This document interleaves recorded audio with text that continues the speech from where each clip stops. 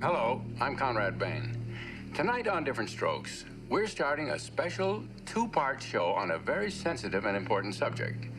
Now, we urge families, children, and parents alike to watch both of these informative episodes and then to discuss the problem presented, which is of deep concern to all of us.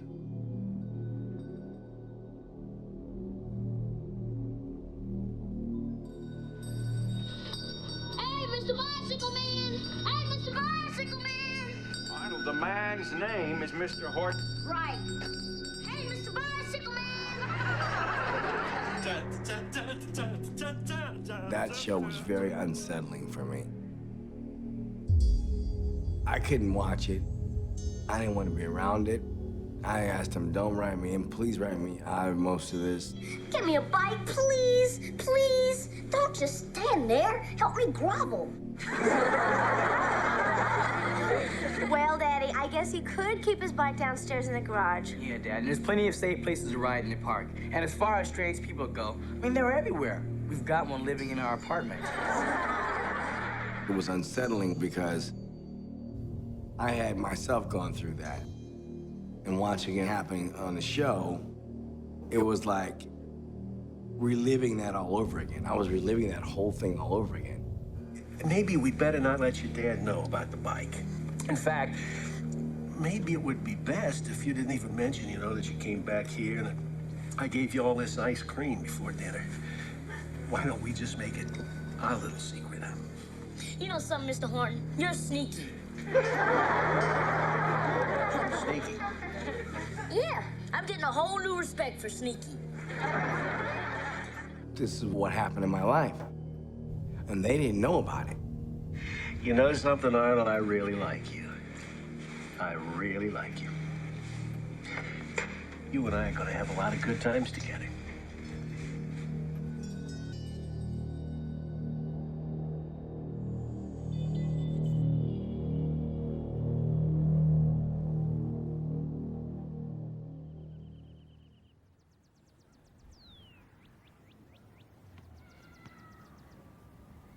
We met when I was a baby. I was 14, and he was 17. There was a school dance at my school. It's called the Sweetheart Dance. And Fred called me, and we were talking on the phone, and all of a sudden he goes, Jan? I said, yeah. Will you go to the Sweetheart Dance with me? And he threw the phone down. I hate rejection. Can't stand it. So when he got back on the phone, I'm like, well, yeah, I'll go. Though it hurts to go away, it's impossible to stay. But there's one thing I must say. Dated all through high school, and I ended up going in the service, and I asked her to marry me before I went in the service. When I came home for good, she had a big oak tree in her front yard, her mom's front yard. Yeah. And I come down the street, and there's a big yellow ribbon with a big bow on it tied around the tree, so. Kisses for me, save all your kisses for me.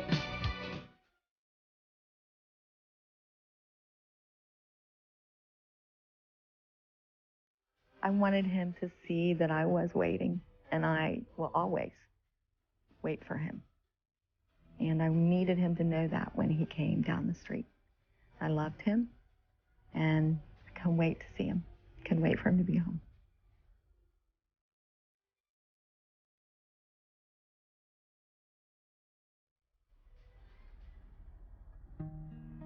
Freddie was born on Easter Sunday. Brought him home in a little bunny suit with ears. And then Mark came along 3 years later. We had a great time with our kids when they were growing up. They had sports. Freddie played soccer and baseball. Mark played soccer, baseball, and football. And we had a boat. And we went camping and fishing. And We'd stay up and watch movies, and they could get tired and they'd fall asleep. Well, I'd end up putting hair paint in their hair and putting makeup on them and all kinds of stuff while they were sleeping. yeah, they had fun. And we had a blast. Mark had a great time as a kid through school. Very well liked. Had a lot of friends. Wake up in the morning, have 5, 7, 8 guys down there, that decided to drop by and spend the night. So, raid the refrigerator. He had one girlfriend all the way through high school. and that he loved very much. And he just was real popular and fun, and he loved high school. I don't know what prompted him to think about modeling, but When he was really young. he was in his early teens when he first started talking about that. He wanted me to take him to a modeling agency here in Cincinnati. You know, we just have to tell him we just can't afford that. So he was not happy. I mean, he was disappointed, but he was okay. But I think it was a dream of his from the time he was that old, 12, 13, 14 years old. So when he got an opportunity, I couldn't say no. Graduated high school and left for California.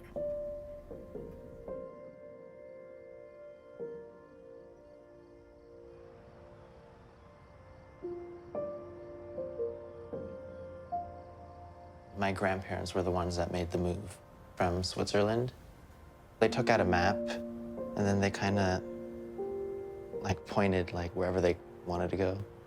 My grandmother made my grandpa actually do it, and he told me he kind of purposely moved to LA because he wanted to like see all the celebrities and stars and what people think they can see down here.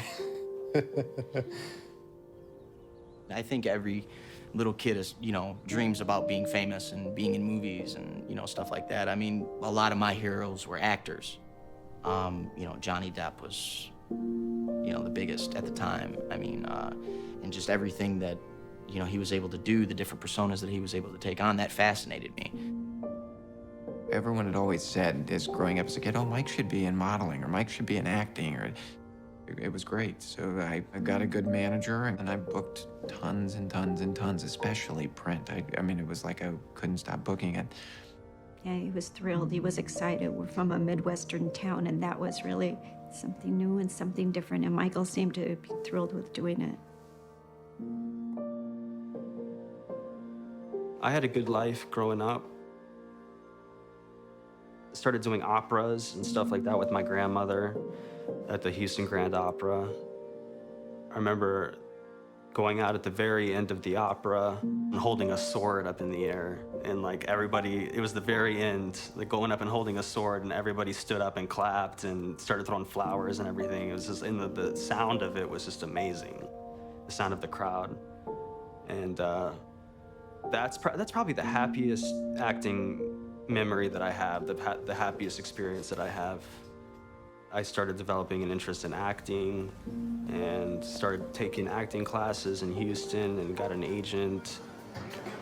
I don't know where you want to go. I don't know your venture. Look, this is California. This is where you make it. This is it. You know what I mean? This is where it all starts. People try to die and they try to get here. You know what I mean? You here, so wish you luck. Thank you very much. Wish you luck.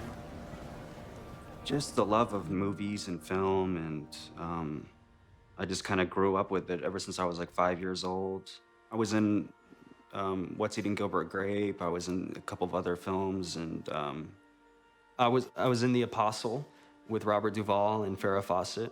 It tells me of a Savior's love who died to set. The audition process was we met up with Robert Duvall, and he sat at a piano. My little sister and I sang some songs with him.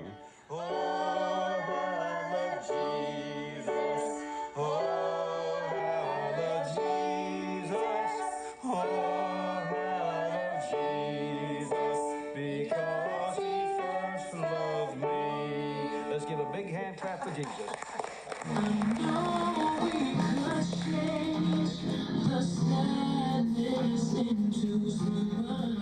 I've always been singing, like since I was 3. I remember him taking afternoon naps, and he would wake up from his nap and he would sing. We thought he had a very good voice, but then we heard it from friends and even from people. We go to a restaurant and Evan was singing, and people would just come up and say, oh my God, how cute he is, and he has such a good voice, and he has a talent. You should do something with that talent, I wanted to perform. I wanted to be part of that in crowd. I wanted to be friends with stars, so I could tell everybody else that I have friends who are celebrities.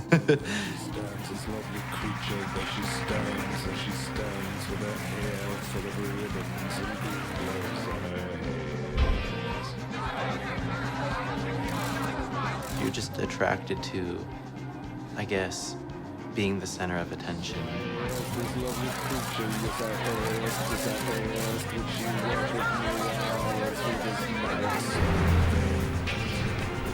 I was the kid most likely to be a star. I was Mr. Entertainment.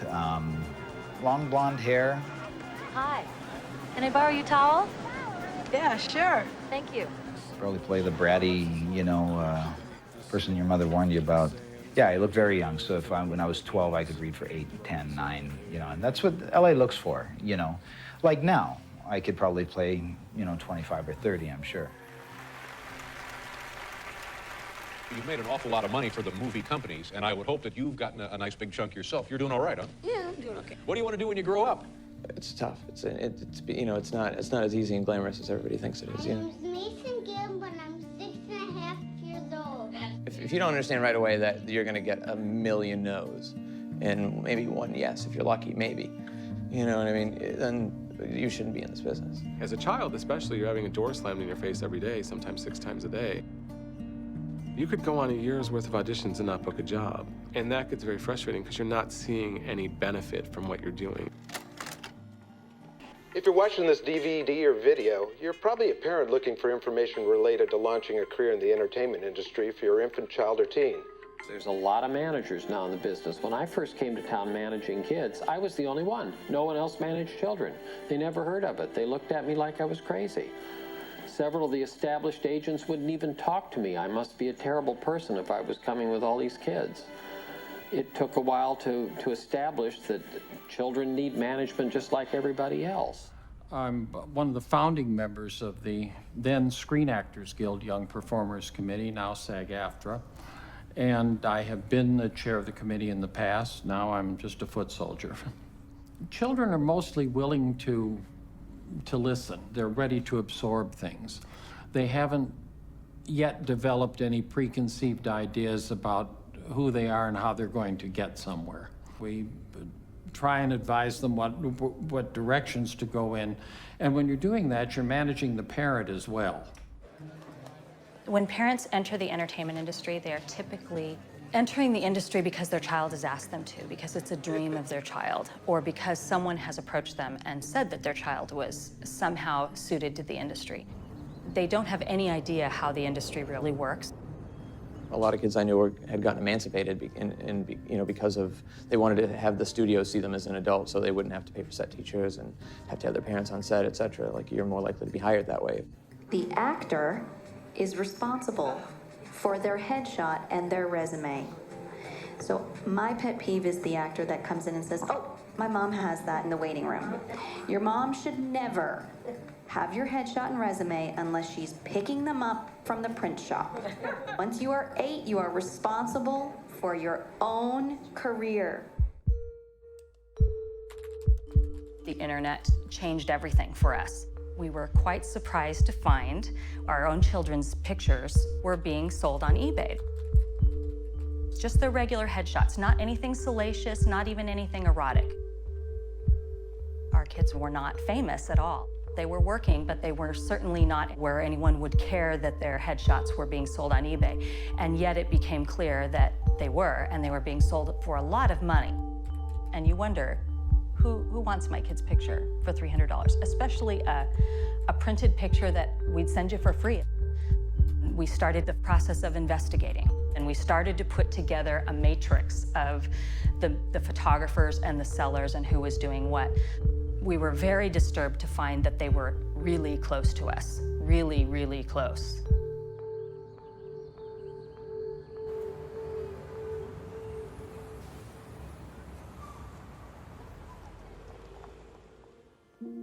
My cousin Darian, he was working all the time. Like, he went to 50 auditions, like, in a span of 2 months or something. Seemed like he was actually, you know, moving up. Well, the way it happened is because of his cousin. You know, he was already signed with a manager. My parents and my sister approached and just said that, hey, Darian's doing very well with Marty. You guys should check it out. Martin Weiss, better known as Marty, was a manager in Hollywood for probably a good 15 years. He managed child actors, boys and girls, but primarily boys.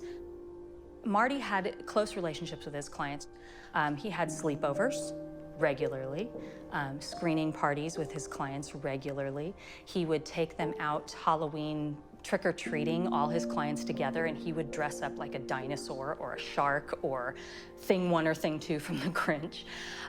He was very aggressive as a manager, though, and he was honestly very good at it. His clients got auditions, they got work.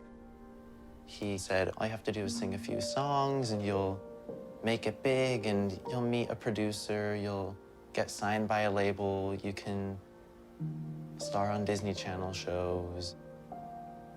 What kid wouldn't want that, right? It happened pretty quick. I remember he was signed with Marty at age 11. I didn't really think, quite honestly, at the time that much would come of it. Okay, our next performer began a singing career less than 1 year ago and already caught the eye and ear of several major names in the industry. I remember I did the Young Artist Awards. Well, he was excited. He got dressed up and was a bit nervous. We did too. I think maybe we were more nervous than he was.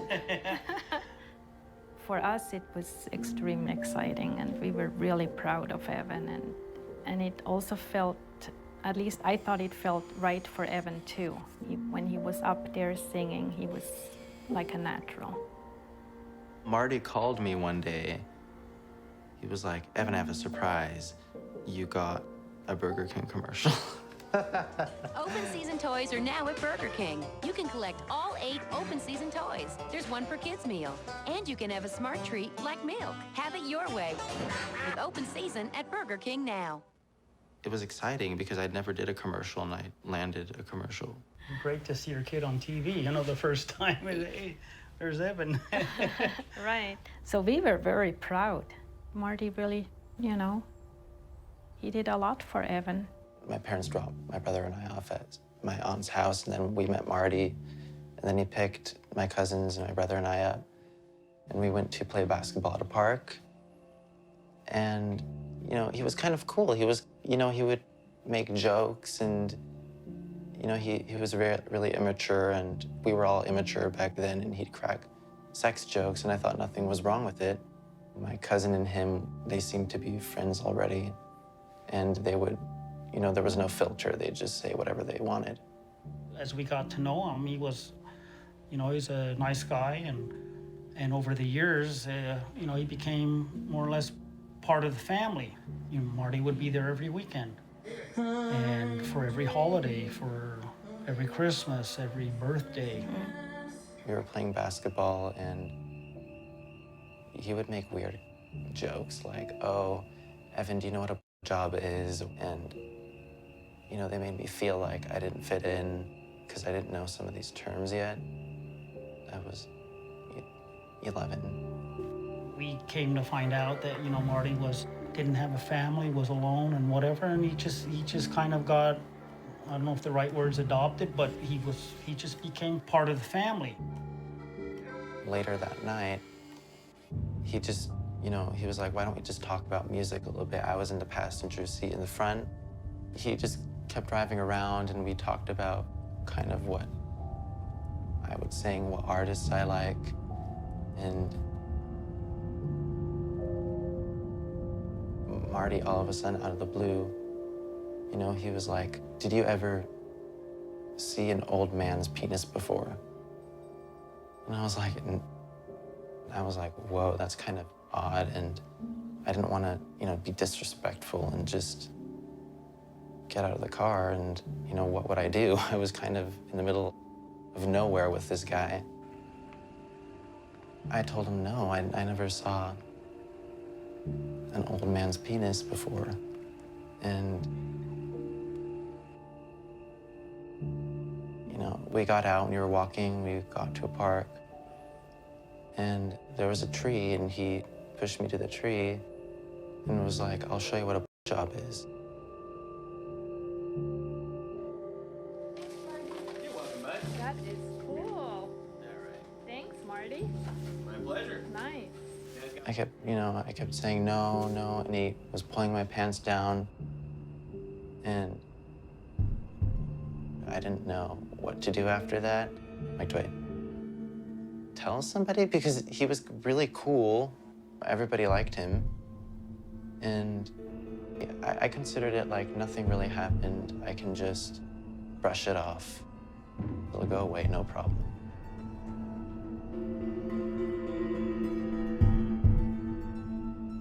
Around November of 2011, I became aware of this issue of child abuse in Hollywood. You have young children who are aspiring actors. Because of these aspirations, they end up being somewhat easy targets. Some cases have parents who set aside normal cautions and allow their children access to adults when parents might normally be alarmed. Any actor is vulnerable in that position. Actors put themselves in the hands of coaches, agents, managers, publicists, and by and large trust them. You know, being up sometimes really early to go to these auditions and stuff. That was when Michael Harrod approached me and said, you know, well, you can come and stay at my house with, you know, the other guys that are there. He had 3 other guys staying in the house with him that were his clients.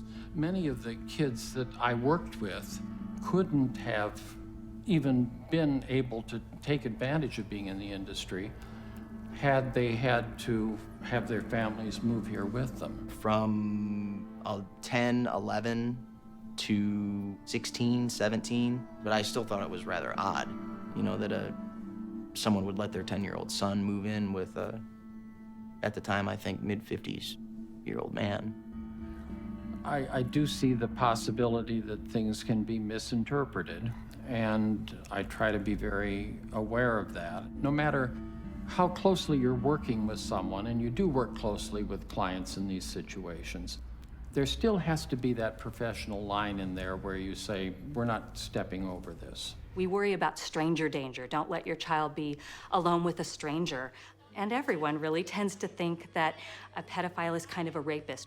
But really, that's not how they work. They employ a process called grooming that is a slow, meticulous way of convincing a child and their parents to trust them. And there's the official photographer with a nice smile. The perpetrator in these types of situations has the ideal layer. You know, this is their environment. They are creating or constructing a reality for themselves that accommodates their particular patterns of sexual arousal. The predator is looking at this as a way to work their way into your life, to make a personal relationship with the children and to be there to bond with them. Shut up, guys. Big hand for Arno. He did it. He's a man. Typically, a predator is grooming many, many children at the same time, and they're at different levels of the grooming process. Because a predator knows, like any tiger in the jungle, they're not going to catch every rabbit. They just need to catch the weak ones. Two friends help out. We went back and began to try to do some sort of reporting to try to determine how widespread this problem is. Marty was very well known in the community. He had friends who were buying and selling pictures on eBay. We started to realize that some of the sellers were convicted sex offenders. We knew that he was somehow involved with another convicted sex offender, Bob Villard, who was selling pictures on eBay. Bob Villard was a very prominent publicist in the 1980s in Hollywood. I knew Bob Villard casually as someone who was in the industry, and he did do publicity sometimes for clients that I had. And he handled big names like Tobey Maguire and Leonardo DiCaprio. He was very well known as a publicist. Bob Villard was also a photographer. So I meet Bob Villard as a publicist who can, is a good photographer, bring exposure and whatnot, I believe through Michael Harrod. He was one of our biggest eBay sellers. It became obvious to us that Bob Villard was selling candid photos that he had taken You're there for a weekend. I mean, he feels just comfortable enough to try to touch you when you drank a few beers, or it's always good to get that few beers, and he tries to touch me. We always knew his photo style because he typically had the kids shirtless, typically took an angle that was from the top down, so that the children are looking up at the camera as they would be looking up at the predator in an abuse situation. Bob Villard, he was a manager, he was a publicist, he was connected. I can tell you that the #1 problem in Hollywood was and is and always will be pedophilia. There was a circle of older men, and they all had either their own power or connections to great power that surrounded themselves around this group of kids. And it's widespread? Oh, yeah. I was surrounded by them. They were everywhere like vultures. For us, that really connected a lot of people. Connections between how the kids got hooked in. We started to see the patterns. One of Bob Villard's favorite subjects was Brock Pierce. He was a common snapshot boy being sold by Bob Villard's eBay seller. Brock in the pictures was young, appeared to be 13, 14. Brock Pierce, meanwhile, was connected to Mark Collins Rector and Chad Shackley. We saw that they owned a company together called Den, which again, on the surface, it seems kind of logical that a child actor would grow up and become, use their money that they had made as a child, perhaps, and open an internet company. When we started to realize what this really was, it became a much bigger deal.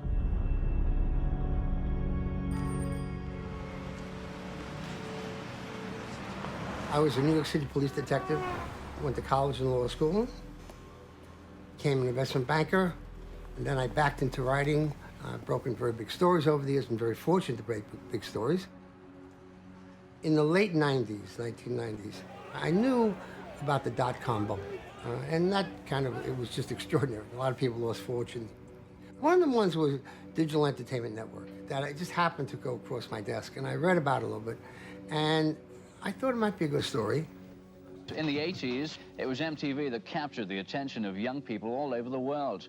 However, now that youngsters are turning to the internet, a company called Digital Entertainment Network thinks they've got a chance of becoming the next big thing. They've created television-like programming exclusively for the web.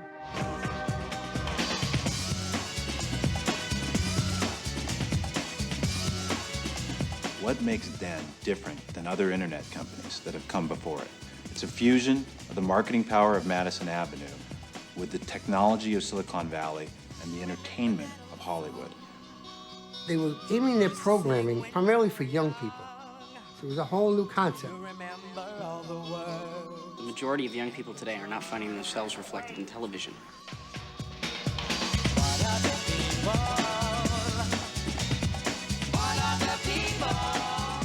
We're creating content that specifically targets your needs, your wants, your desires.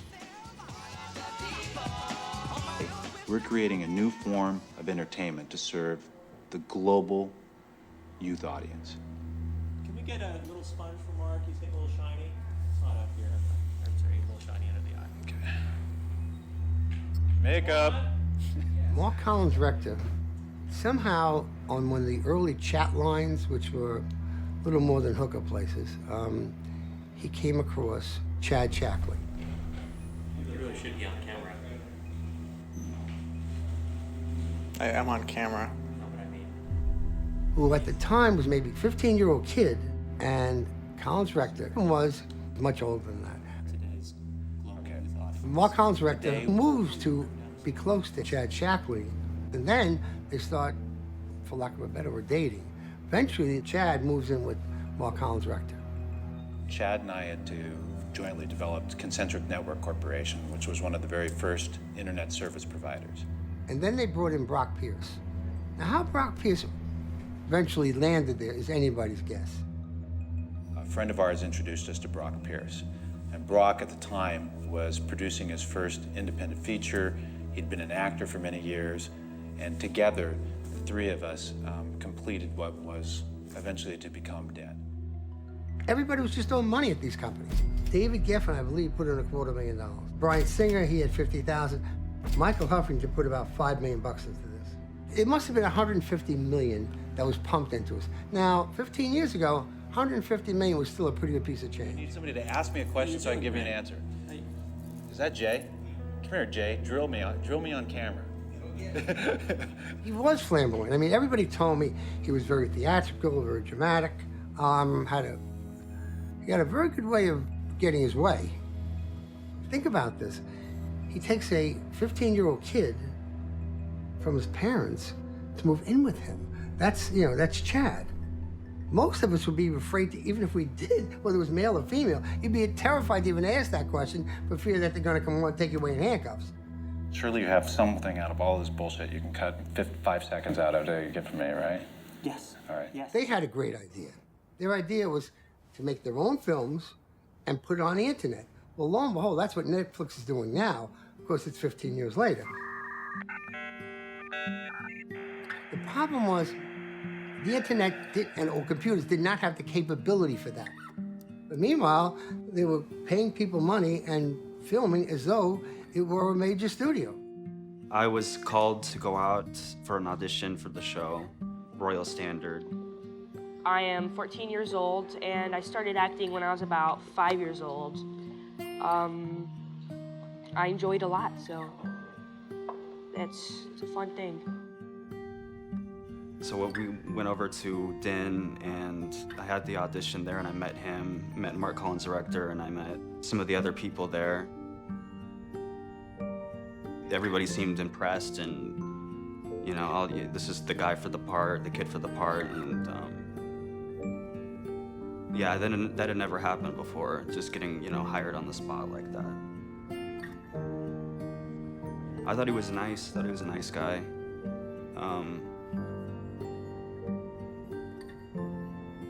I thought he was nice, Yeah. How I feel about working on the Royal Standard set, it's great. Crew's wonderful. It's a lot of fun working on green screen. I get to learn some martial arts more than I already know, so it's lots of fun. It's wonderful.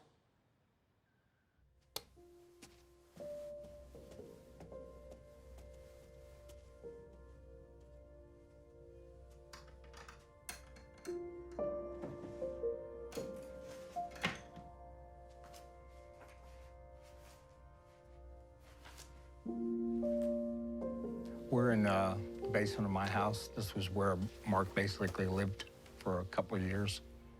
But he spent most of his time down here. He was kind of like a hermit down here. This is where he hid out.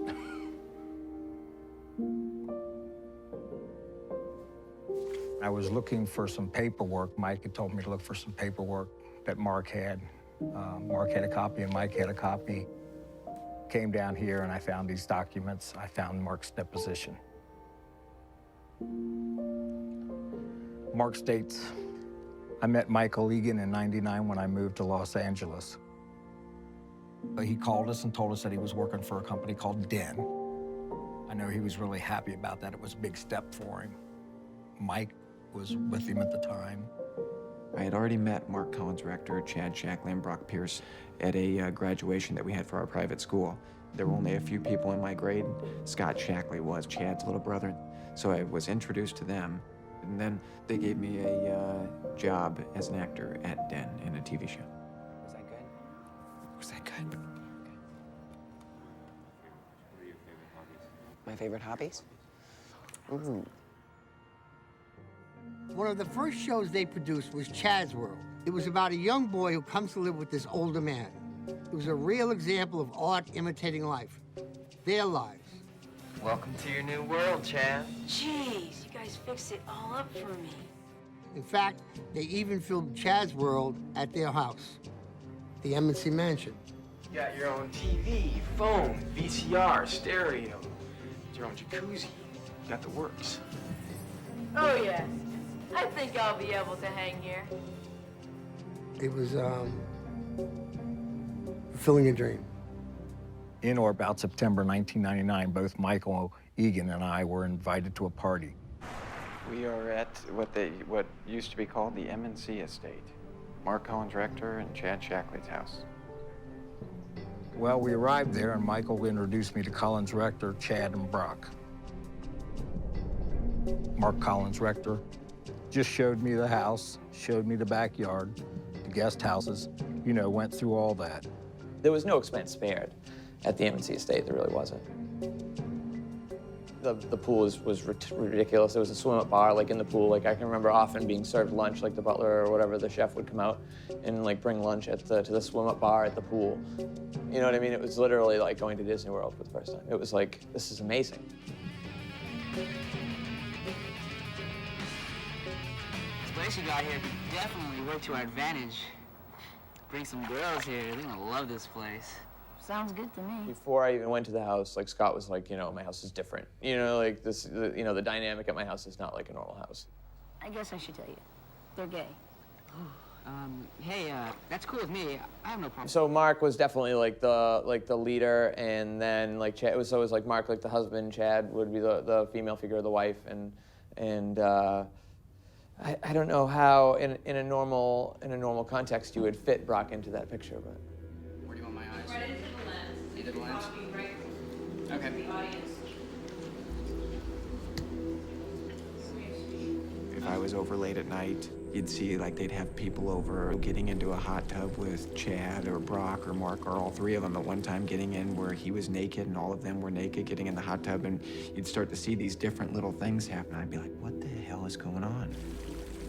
There's a skinny dipping rule after nighttime, so anybody who was over, you know what I mean, and it didn't matter who it was, that, you know, you had to skinny dip after dusk or whatever. You know what's going on, so you don't want to look right at it. It's like the sun during an eclipse, you know what I mean? You want to you want to look, but you don't want to look, you know what I mean? But you know, I can't say that. I mean, obviously they weren't having sex in the hot tub, like right out in the open, but, you know, it was obvious to me that something was going on just by the position, you know? But I can remember just like, again, like, yeah, well, I mean, that's going on over there. It's kind of weird, but I'm in this Olympic-sized heated swimming pool right now doing laps. You know what I mean? Like, who cares? You know what I mean? And it was definitely awkward. Definitely.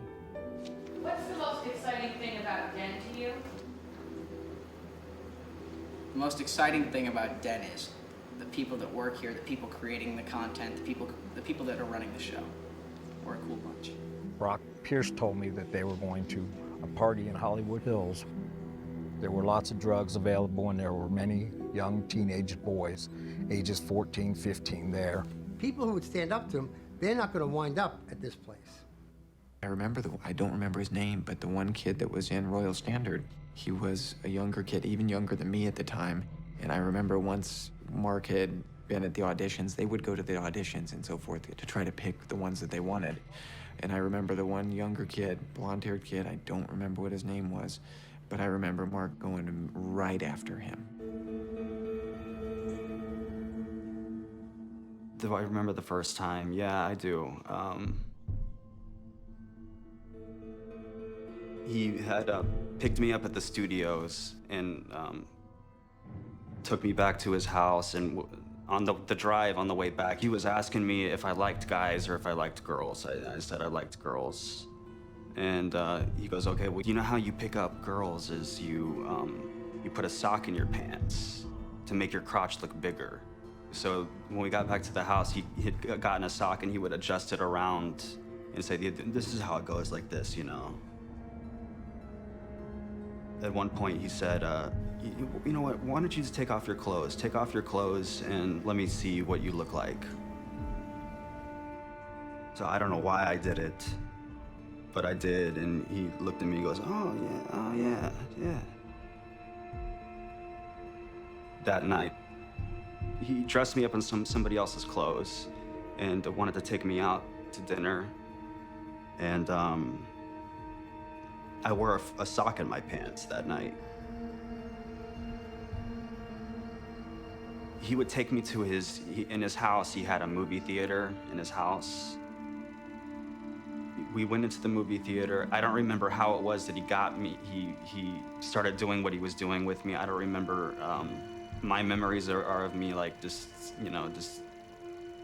sitting in there and, you know, being scared at first. We would sit in there and watch something, and then he would talk to me while he was doing it and say, you know, this is nothing to worry about, you know. Don't be scared, you know, it's completely normal. I remember being scared, and I remember him saying, come on, think about a girl that you really like. Think about a girl that you really like.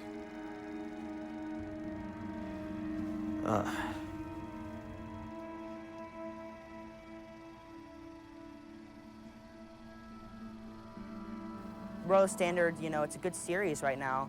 And hopefully, you know, when I get older, do a lot of film work, try to make my way up, and hopefully catch a good TV series sometime, or internet series, which I'm on. So. We know that in child abuse, the power dynamic is tilted. You have an adult who's preying on the child, who is manipulating the child. They tell me in interviews that they're fearful of professional reprisals, and they're fearful of never working again. He just showed me porn, and he told me, oh, these are clients having sex with their managers. These 60-year-old men having sex with 14-year-old clients. He just told me it's normal, like this goes on all the time. This is what you have to do. Everybody does this, everybody who manages children. And he would tell me that constantly, oh no, you like it. And at some points I believed him. He would say, we could call it this guy. He would be glad to meet you, and he showed me this whole business of people that would be mad at me if I told anybody. It is this added element where these young children are hoping to achieve a professional goal, which creates extra weight on the child. Should he or she be abused, it would make it more difficult for them to come forward in that circumstance. Mark Collins Rector started telling me about how much money he had and how powerful he was in the industry and all the things he could do for me. And that if I screwed him over, that I would never work in Hollywood. The sad part is, they can emotionally scar a child for life. Man, I never would have guessed that Mr. Horton was, you know, gay. Well, he's not, Willis. You know, that's the common fallacy about child molesters. They're not gay. They're only interested in little boys or little girls, not adults. Look, I'm only 11 years old. Should I be hearing all of this? I felt so much shame and guilt behind that secret that I held it for so long. Then I thought that all, you know, and then you start thinking that all homosexuals are pedophiles. You know, oh, guy's gay, oh, he's a pedophile. I have to watch out for him. He may try to get me or something. People should get this clear. These people are predators. They go after young boys, and they do it for their own reasons. So this has got nothing to do with being gay. This has got to be because they're evil people, and they particularly pick on people who they know will be victims. They're predators. That's who they are. In the beginning, it was all happy-go-lucky, and then things started changing. He slowly became different on the phone. That's how it came across to me. Something's wrong.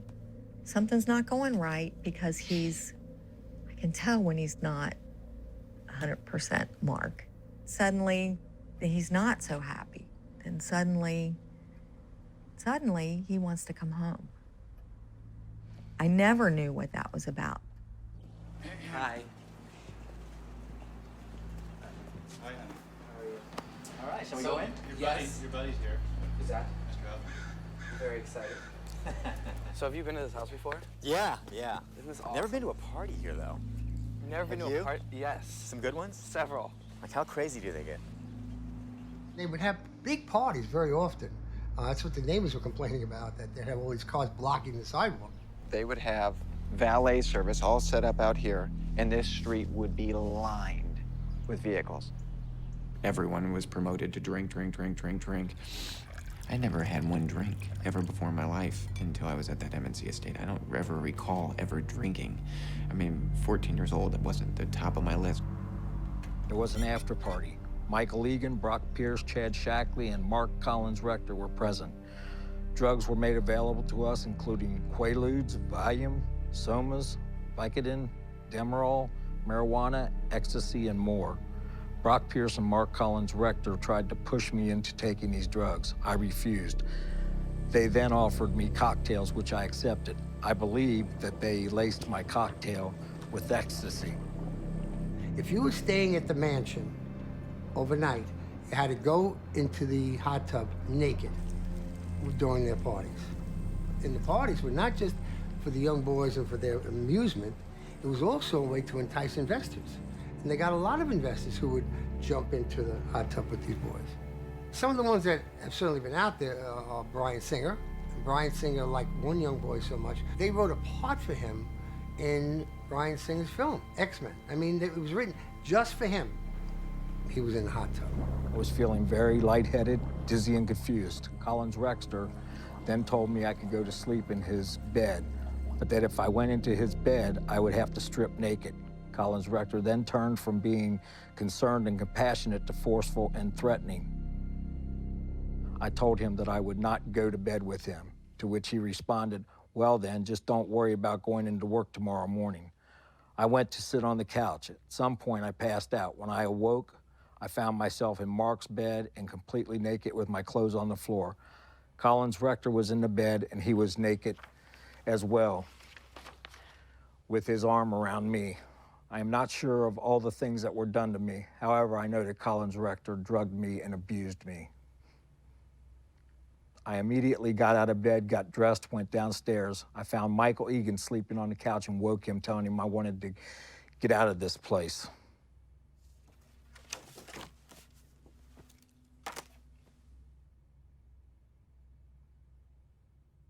I think the best way to describe this is a pedophile ring. That's what it was. Did all the investors know what was going on? Probably not. Did a lot of them suspect? Sure. Hello, I'm Bryan Singer, and you're watching Rollywood at www.den.net. Bryan Singer is a very prominent director in Hollywood. He's done some pretty major movies, The Usual Suspects, X-Men, X2, so there's been quite a lot of, you would recognize his work. What most people wouldn't recognize is some of the odd connections that seem to tie him to this world. Know your star, Pickle Boy. Brian Peck, who was convicted of child molestation, worked for him on X-Men and did the commentary for X-Men with Bryan Singer.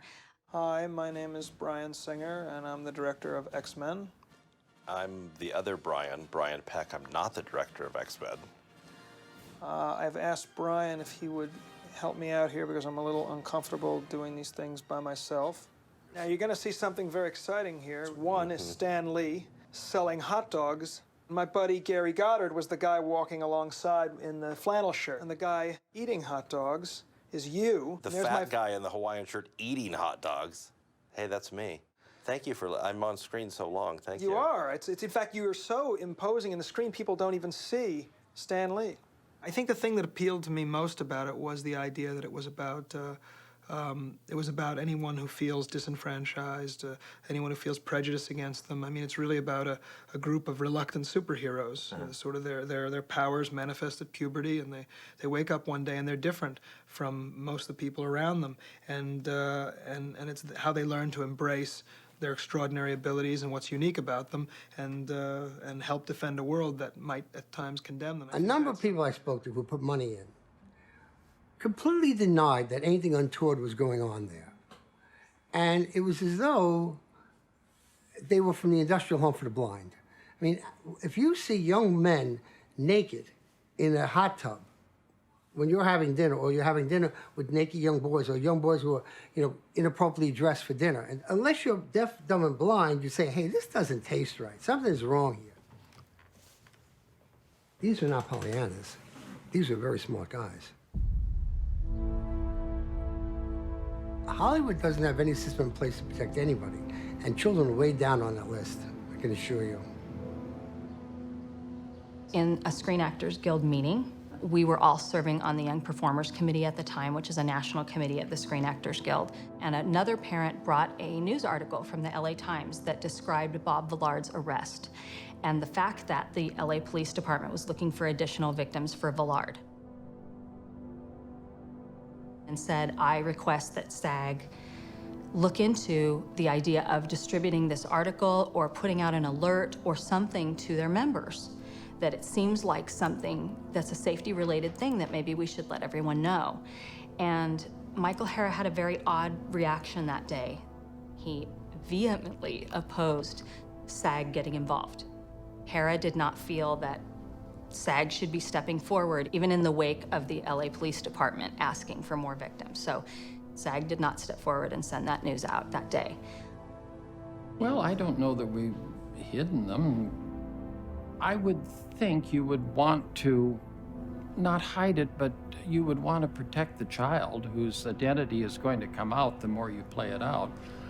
A situation like this never helps anybody. And yes, the sooner we can get it under control, the better. But the less the child has to live with the stigma of it having happened, I think it's better for them, not only career-wise, but personally.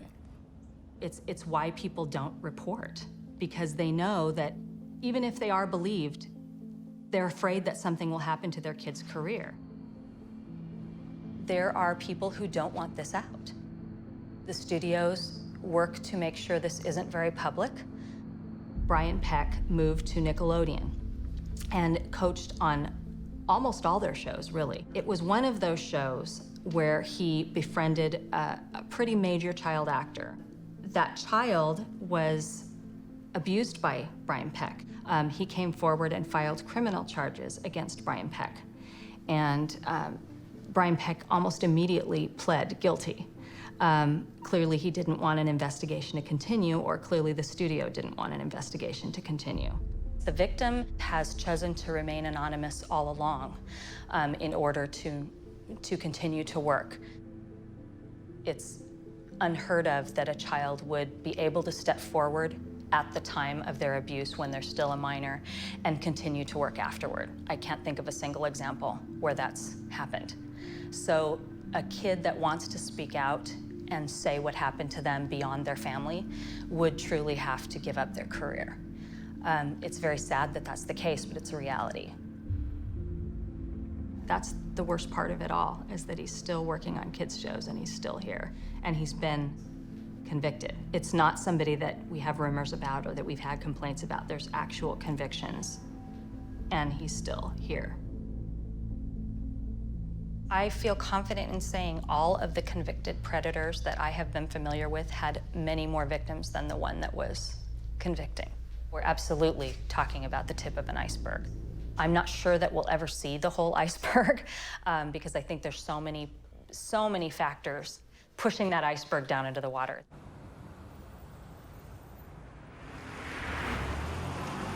I think that sexual abuse doesn't get more attention because it's an uncomfortable subject. We don't want to talk about it. It's ugly. It reveals things about our culture that we don't want to know. But by not discussing it, then we don't identify it as big a problem as it is. A lot of child molesters will, they'll have this defense or this argument that it wasn't hurtful or wasn't harmful. The child enjoyed it. Many of them actually use that type of language. Now, the problem with this is that so many kids grow up to interpret that experience of manipulation and exploitation and abuse by a trusted authority figure, and then this psychological time bomb occurs.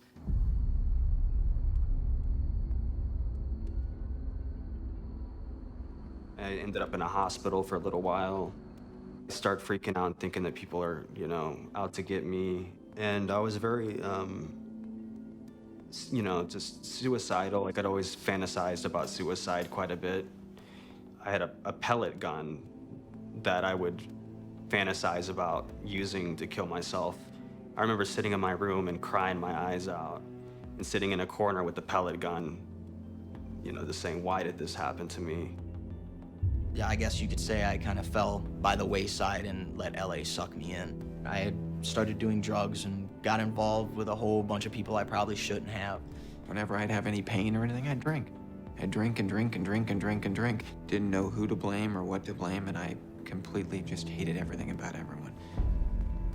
I'm trying to leave that stuff that happened to me at Silver's Oak as far as behind me as I can.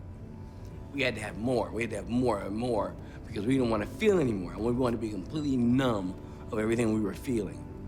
And, you know, and cocaine was it, you know, and then shove it down further and further. Meanwhile, I'm just shoving it down, just shoving it down, just shoving it down. And then one day when it all comes back up, I'm a full-fledged addict. You know, I thought I was the unique case there, but apparently I'm not. I mean, I don't know if that makes me feel better or worse. So many people went through the same thing that I did. He comes home, and he's just a completely different person. He never talked about going back out again after that. No. He never talked about returning. And he was just so introverted then. We didn't trust, where before, he didn't have a problem trusting people. He started drinking more often, and he would hide that from us. After he was back home, he said, "I gotta tell you something, Mom." And I said, "What? What's going on?" He said, "You know Mike, right?" I said, "Yeah." He said he was molested. I'm like, "What?" And he said, "What would you do if that happened to me? If that, you know, what would you do as a mom? What would you do?" His drinking had gotten so out of control that even he knew. I mean, he knew. He couldn't work. He couldn't. It was just affecting his whole life. So we had to give him an ultimatum. So we just sat him down on the back porch and just said, "Mark, you got to get help or you have to leave." And he admitted, "I know I'm an alcoholic. I know that I have to stop, but I can't. I don't know how." I called the hospital and spoke to a nurse there, asked her about detoxing him and what it would take and how we would do it. And she said, you know, by all means, do not let him stop drinking cold turkey. It can cause stroke, can cause seizures, can cause heart failure. Apparently Mark wanted to do it on his own, trying to go cold turkey. Because one day, Fred woke me up and he said, "Something's wrong with Mark." So I jumped out of bed and came downstairs. Mark was on the floor and he was like, had a rag, and he said, was wiping something up off the floor, and he said, "Dad, I swear to God, I'm not drinking. I swear I'm not drinking." But there was nothing on the floor. Fred helped him up, took him over and sat him down on the couch. He goes, "Buddy, are you all right? What are you?" And he said, He goes, "I'm not drunk. "I'm Dad. not. I promise swear you, to I'm not God, drunk." I'm not drunk. I haven't been drinking, Dad. I promise. I swear." We didn't know what was going on. We just didn't know. Half of his body was on the couch, and his head was laying leaning back in his corner, and his But he legs looked were up like at hanging off Fred the and side. said, "I love you, Dad." And Fred goes, "I love you too, bud." He said, "Just lay back for a minute." And when he laid back, he started his tongue, and he was just shaking like this, and clenched like this. And I ran to the phone and called 911, and Fred was holding his arms down so that he wouldn't hurt himself. And I'm on the phone, and I said, "I think he's detoxing from alcohol. I think he's, has withdrawal. I need an ambulance right away. Right away. He's seizuring right now." Ambulance came. Fred had him sitting up a little bit. They took off. I came in the house, went upstairs, started getting dressed. Went to the hospital, and we walked in. They said, "Are you Mr. and Mrs. Ryan?" And we said, "Yes." "It's your son, Mark Ryan?" "Yes." "Well, the doctor wants to talk to you." They walked us down this hall into this empty room and put us in this room and shut the door. And then the doctor came in, and he said, I have some bad news. Your son's heart stopped on the way to the hospital."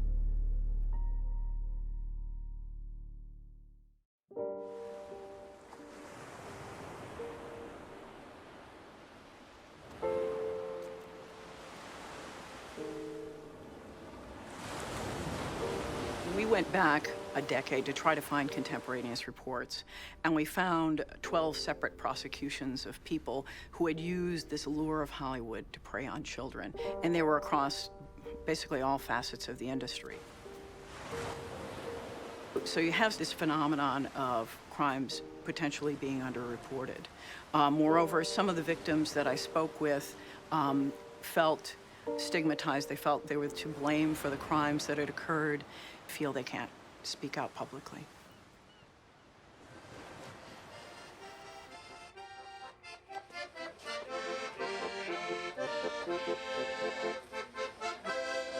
We thought everything was happy, everything was great. And then all of a sudden, one day, you know, Evan just said, look, you know, he wasn't practicing anymore. And I said, what? You gotta be kidding, you know, after everything that you've gone through. And I was like, I don't like music anymore. I don't want to do anything with the industry, nothing. I figured he's going through his teenager and you know, puberty. And so I figured, you know, maybe that's what it is. I was like, I'm not going to live a life like this. You know, I'm not going to be held down by this guy for the rest of my life. And I needed a way for people to believe me. I needed a way for my family to believe me.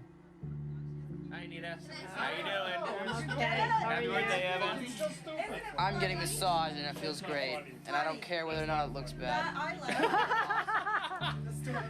Okay. It's above the waist. It's not bad. There we go.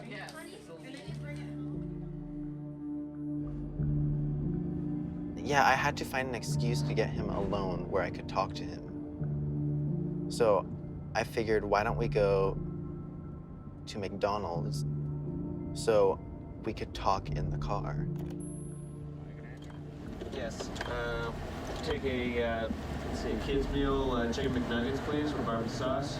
Make the drink Diet Coke, easy ice. You're getting a shake? Yeah, medium. Medium chocolate shake. Then no whipped cream. No whipped cream, no cherry.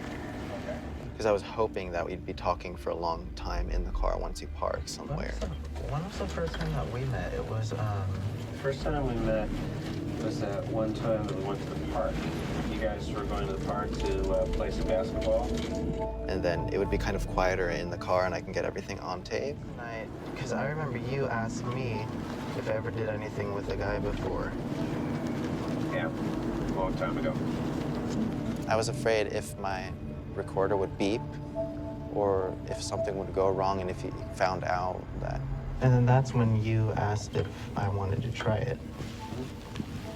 And that's when you, oh wait, that's when they gave me my first job, right?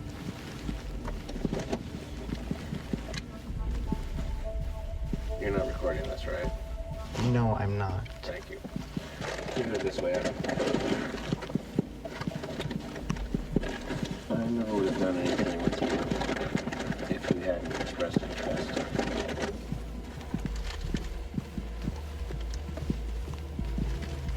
That situation that happened at Penn State? Mm-hmm. Those kids didn't want it.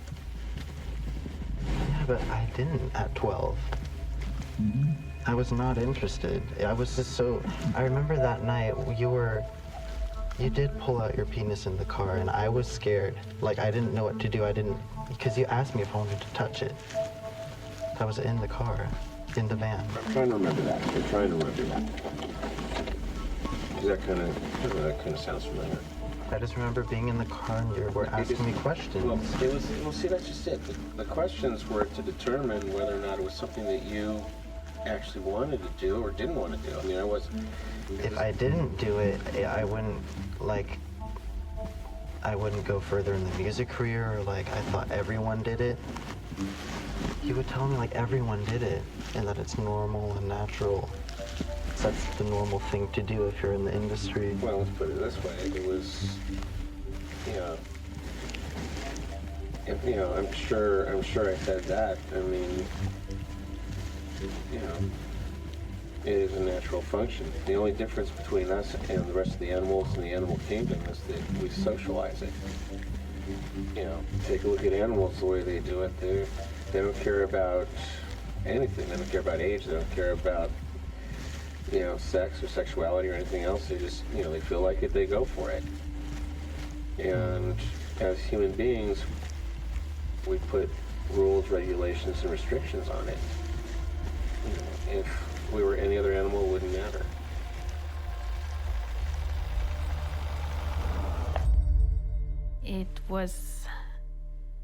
I was just numb when he told me. I was like, how could this happen, you know? And how could I not have seen it, you know, that this was happening to Evan? And I don't know, it was just so painful, really painful. And of course, the first question for me was, you know, to Evan, did it happen once, or how often did it happen? You're kind of hoping it's once and that's it. But then Evan told me that it happened many times and over several years. And that's when I thought I was gonna faint. It's just so hard.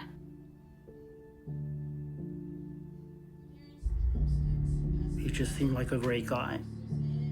You know, I'm not a violent person, but I wanted to go beat the living daylights out of this guy. I'm dreaming of a white Christmas with Jack and Dixie running free.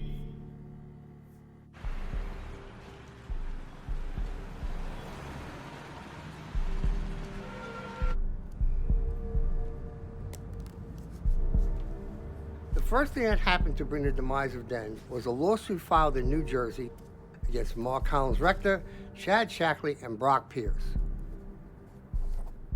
It was a lawsuit filed by a young boy who had worked for Mark Collins Rector. This is the first allegation of sexual abuse that became public.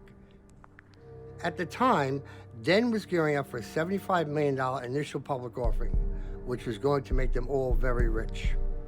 And when that started to leak out more and more,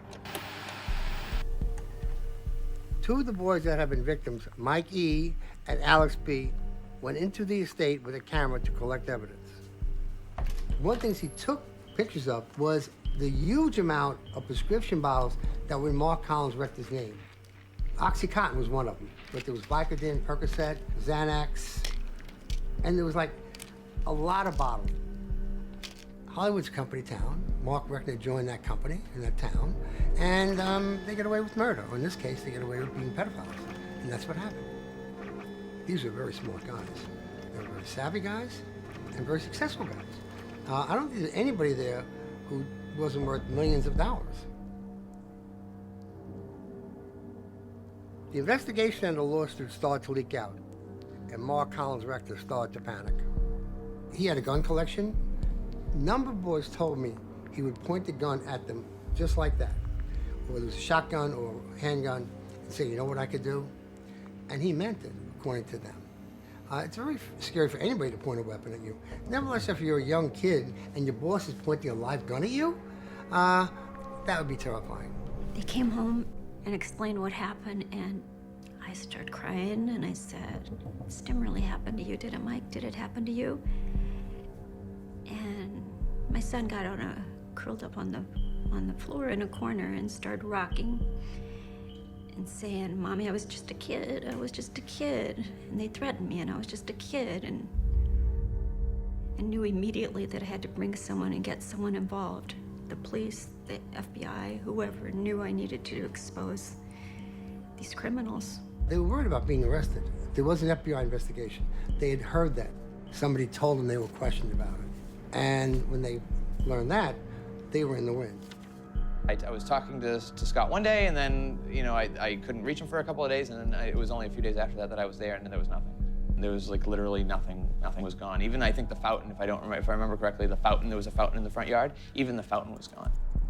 And they went to different places in Europe, hopefully to avoid being arrested. And somebody gave them up in Spain.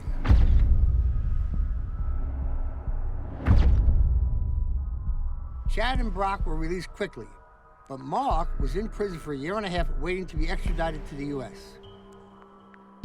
Eventually, he was sent back to the U.S. and pled guilty to 9 counts of child sexual abuse.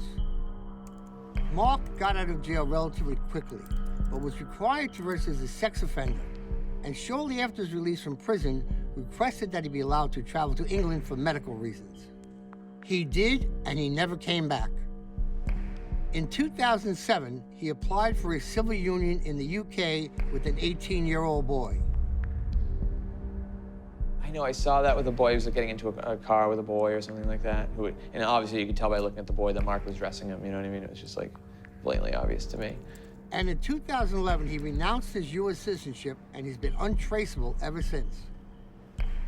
Rest assured, the people who invested money did not want to sue them. They wanted this to go away. I'm sure small investors did, but the Michael Huffingtons, they weren't going to sue.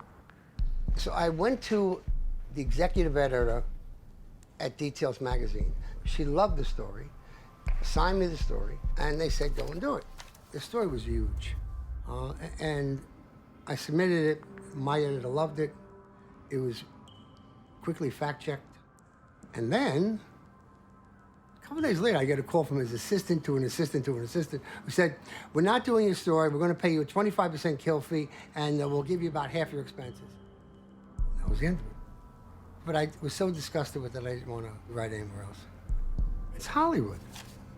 People do what they want in Hollywood. And if you're a big enough star or a big enough director or you're making enough money for these people, you can do whatever you want.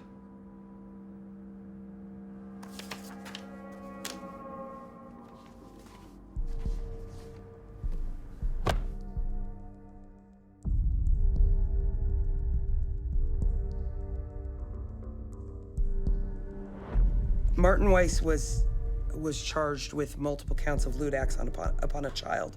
He was charged with 1 count of a forcible act upon a child under 14, 2 counts of continuous child sexual abuse, 3 counts of sodomy with a person under 16. You see Marty walk into the courthouse, and he was in chains, he was in shackles, and he was a lot grayer. Now I had to go up on a stand and, tell people, along with Marty staring at me, what went down. He insisted that he wanted to go up there. It was a very, I was very proud of him, what he did. I don't need this pain in my heart by being mad at someone my entire life, but it's more a matter of, telling the truth for me and saying, okay, what you did was horrible. I don't know. I just felt like I need to move beyond it, and I don't need to feel that pain. And if he can accept it, that what he did was horrible and could move beyond it, I could forgive. The maximum sentence for the charges that were filed was approximately 14 to 16 years. Generally speaking, it's unusual to get the maximum sentence. He pled to 2 counts of lewd act with a child. He pled to 2 counts of sexual abuse. So it was clear it wasn't a one-time thing.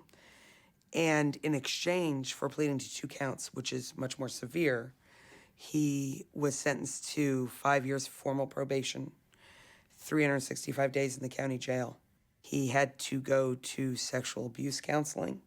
He had to stay away from Evan. He had to stay away from children. And he has to register as a sex offender for the rest of his life.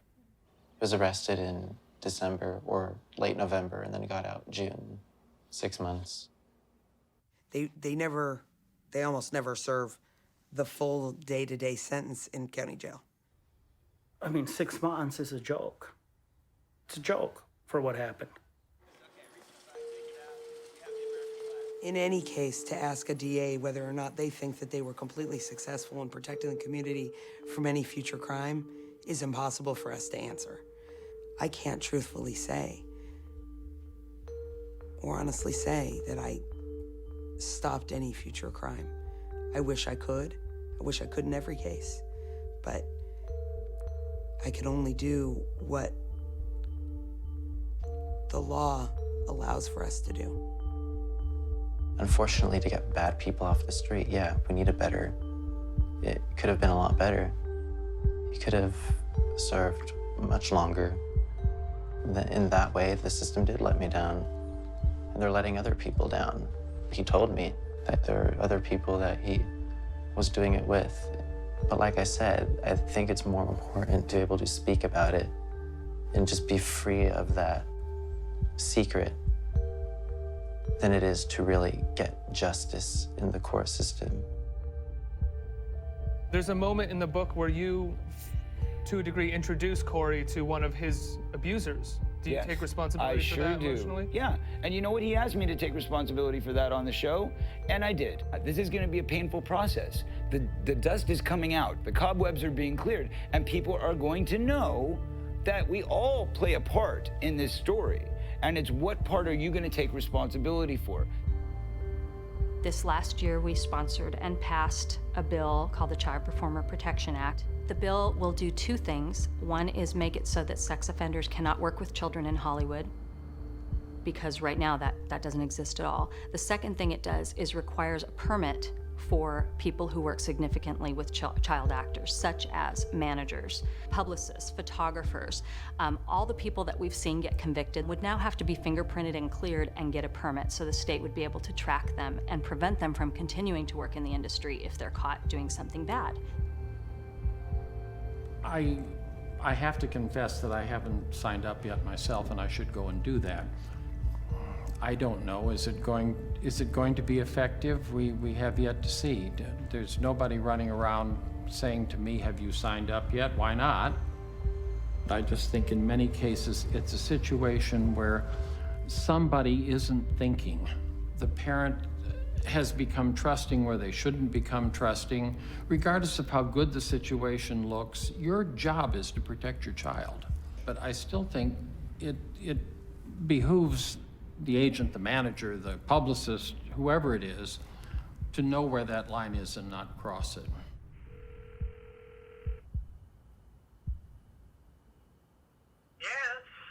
Hello, Michael. Yes. Hi, this is Joey. Well, hello, Joey. Yeah, how are you? About you. What, you were what? I was just thinking about you. Oh, you were? Yeah, I was. I was reading an old Hawaii magazine, and I was thinking about you. Yeah, well, it's been a while, huh? Yeah, it has. I haven't talked to you in a while. Yeah. Kind of lost track of you. Yeah. What about you? What are you doing? I've retired. You have? I still have one or two clients that still come around, but it's not like it was. And so I'm not taking on anybody new. I say that, and then watch, I'll do it. But What about, have you heard from Bob lately? Bob Villard? oh, Bob Villard. Last I heard, he was in prison, Joey.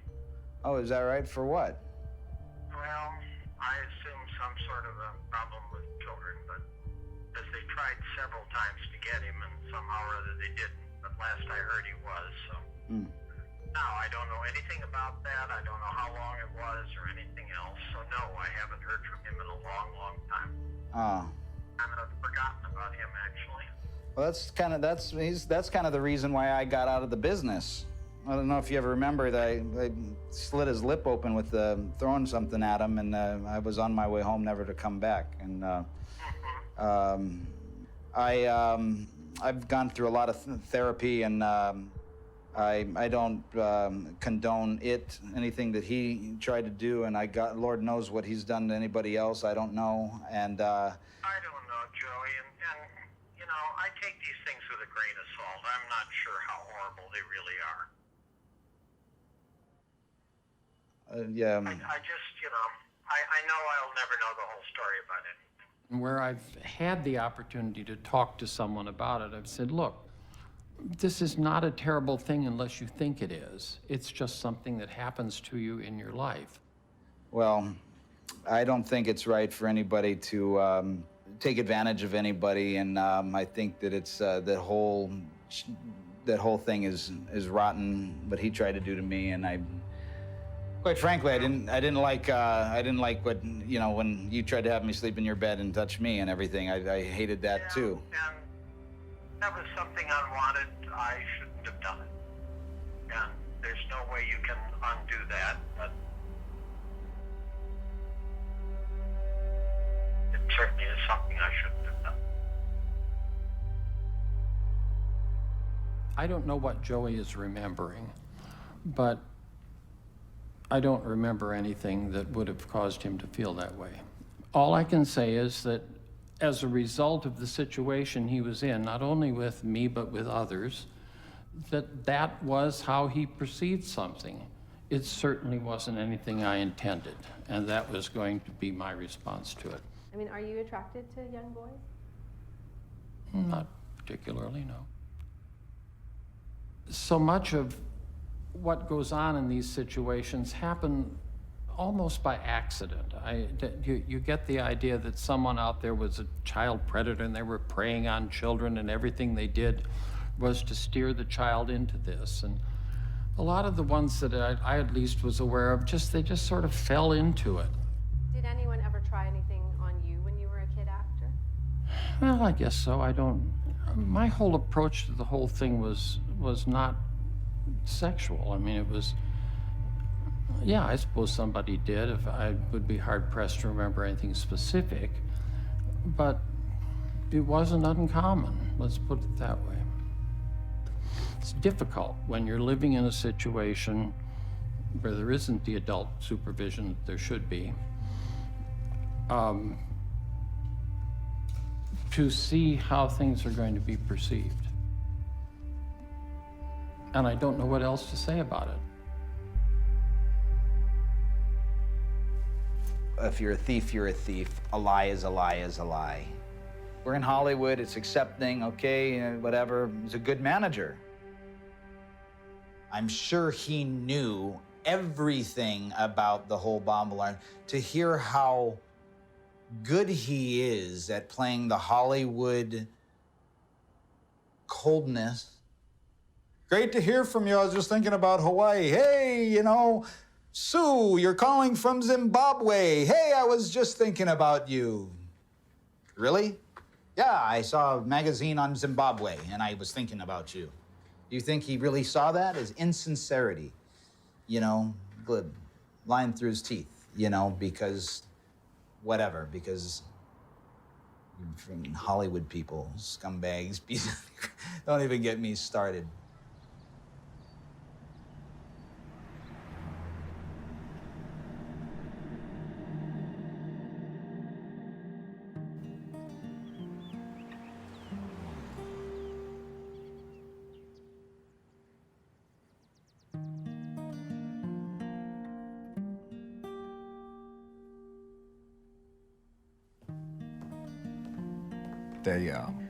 They finally let us go back and see him in the emergency room. And the doctor said that he's non-responsive to anything. They worked on him for about 8 to 10 minutes, trying to start his heart and keep it going. Without oxygen for that length of time is probably worst case scenario. And the doctor said if he doesn't respond within 72 hours, he's probably not going to. Well,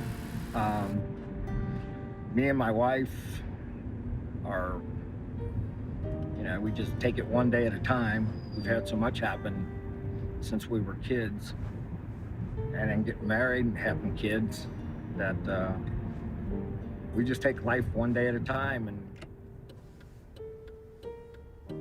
And I would sit on one side of the bed, Jan would sit on the other side, and we'd both hold his hand. And it was like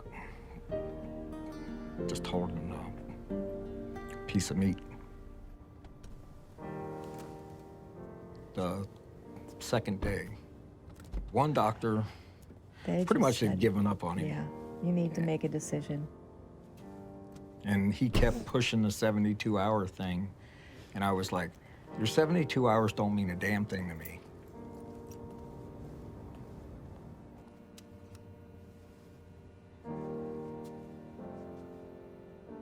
And at 68 3/4 hours, Mark's eyes finally responded to the light. So. Yeah, and then he opened his eyes. And he opened. Yeah. But then there was no way in hell that anybody was taking him off the machines. Hey, buddy. How's it going? How you doing? Yeah, give me some of that. What's your other arm, huh? Fred is my hero because he never gives up. What do you want And he's instilled that in Mark. And Mark will never give up. He's the most courageous person I've ever known in my life. It's good to see you. It's good to see you. It's good to see you, too. Are you hungry? I love you. I love you, too. You want to give me another hug?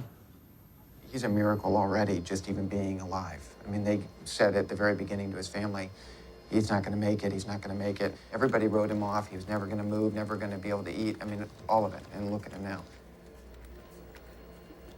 I want to cut my hair. You want to? Hey, Bengals colors. Mike made that. Is that cool? For Bengals. Fred is my hero because he never gives up. And he's instilled that in Mark.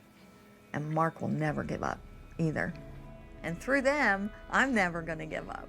But that's where it comes from, this guy right here, right there. He's the most courageous person I've ever known in my life. But you coached him, right? Yeah, it's Ryan Foster. You coached him? He's graduating this year from Charleston. Look, it says, thanks, Coach Mark. Hey, are you coaching next year? I'd like to see Mark back on this field, coaching the kids, doing what he does best. He's a great coach. You know, I know that Mark is his own man, and he's made some bad choices, he's made some good choices, but I know that as a human being, that Mark is a good person. When Mark gets out, and he's back on this football field, and he's standing there with me coaching,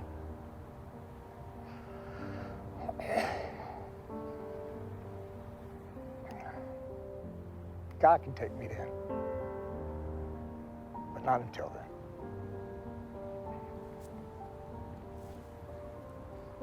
So that's what I want.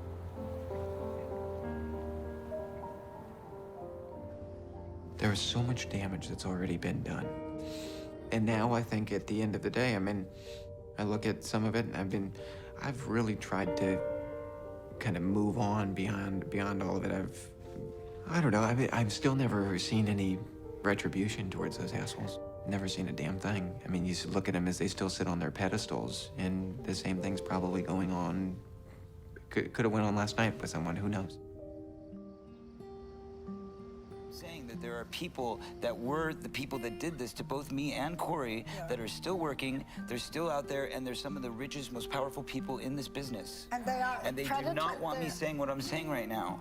What would you say to a parent who just has the best of intentions who's coming here with their child? Don't go into it thinking that it's all roses and You're sunglasses and damaging an entire industry. I'm sorry. Ultimately, I think that viewers are the only group with power in this situation, because I think that there will always be a steady stream of kids who want to be famous, of parents who push their children in this industry. If we don't speak out about it, then we are part of the problem, because we are contributing to a culture that normalizes this. And by normalizing something, it becomes invisible as a problem. So yes, we hold up these high-profile cases to say, these are bad guys and we are good guys. And I actually think that we are all a little bad when we don't speak out. There's so much damage. After the whole thing with Mark Collins Rector happened, it's made my life very dark. I was never able to have a girlfriend or anything. And I'm just now still recovering from all of that stuff. Like, I feel like I'm kind of at a point in my life where I'm getting better slowly. I moved to Florida about a year ago, and I moved out there because of my grandmother. Kind of wanted to be there to take care of her, and then I met a girl over there. She's my first girlfriend that I've ever had. So now, you know, my life is my grandmother and my girlfriend. And I give them education, I hit them knowledge, not the different inspiration. just trying to get myself back on track and, you know, trying to enjoy life and... This emotion, boom. Boom, here we go with the emotion. I'm coming back coasting. Everyone knows I'm roasting. Boom. Not you, but Russ. I like it. I finally found a place that I like, you know. The dream is so important, you know why? Because if you're living on this earth, you have to feel something, and the dream make you feel things. And that's what the power of a dream is, you know? Dream is life. It's a hard process to go through the whole court thing, the whole police stuff, but in the long run, it's so worth it. Because in the long run, it isn't really about how long this person will serve time in prison or getting justice and revenge and all that. It's more kind of being able to express yourself and say, look, this happened to me, and I'm going to move on from it, and I'm not going to hide this in my head the rest of my life. And I'm going to maybe possibly one day make a difference to somebody else by speaking out about it.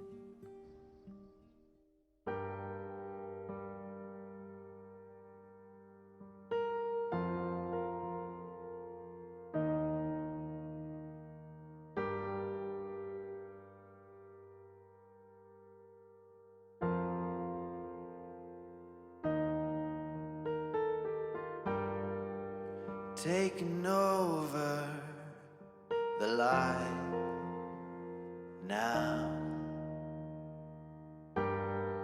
All there is to be said has been said.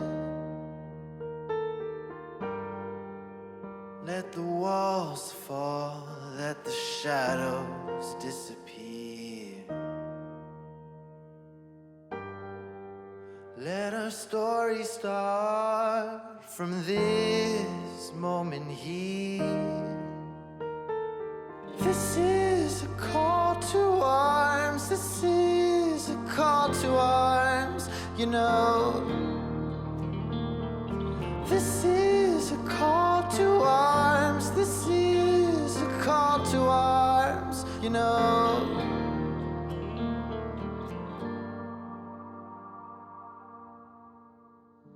My heart beats dry. Stolen words are now mounted words on walls. I let the quiet light in shadow fear. Now the light is taking over.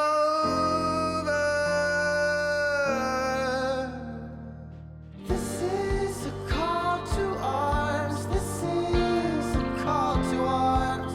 You know. This is a call to arms. This is a call to arms. You know.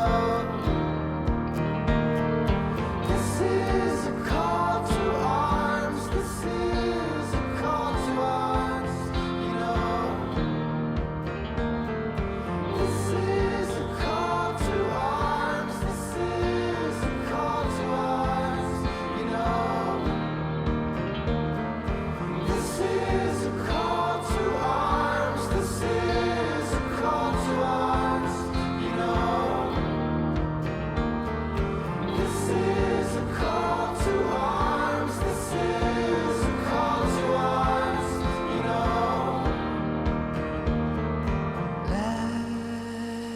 Let it out, or we'll burn to the ground.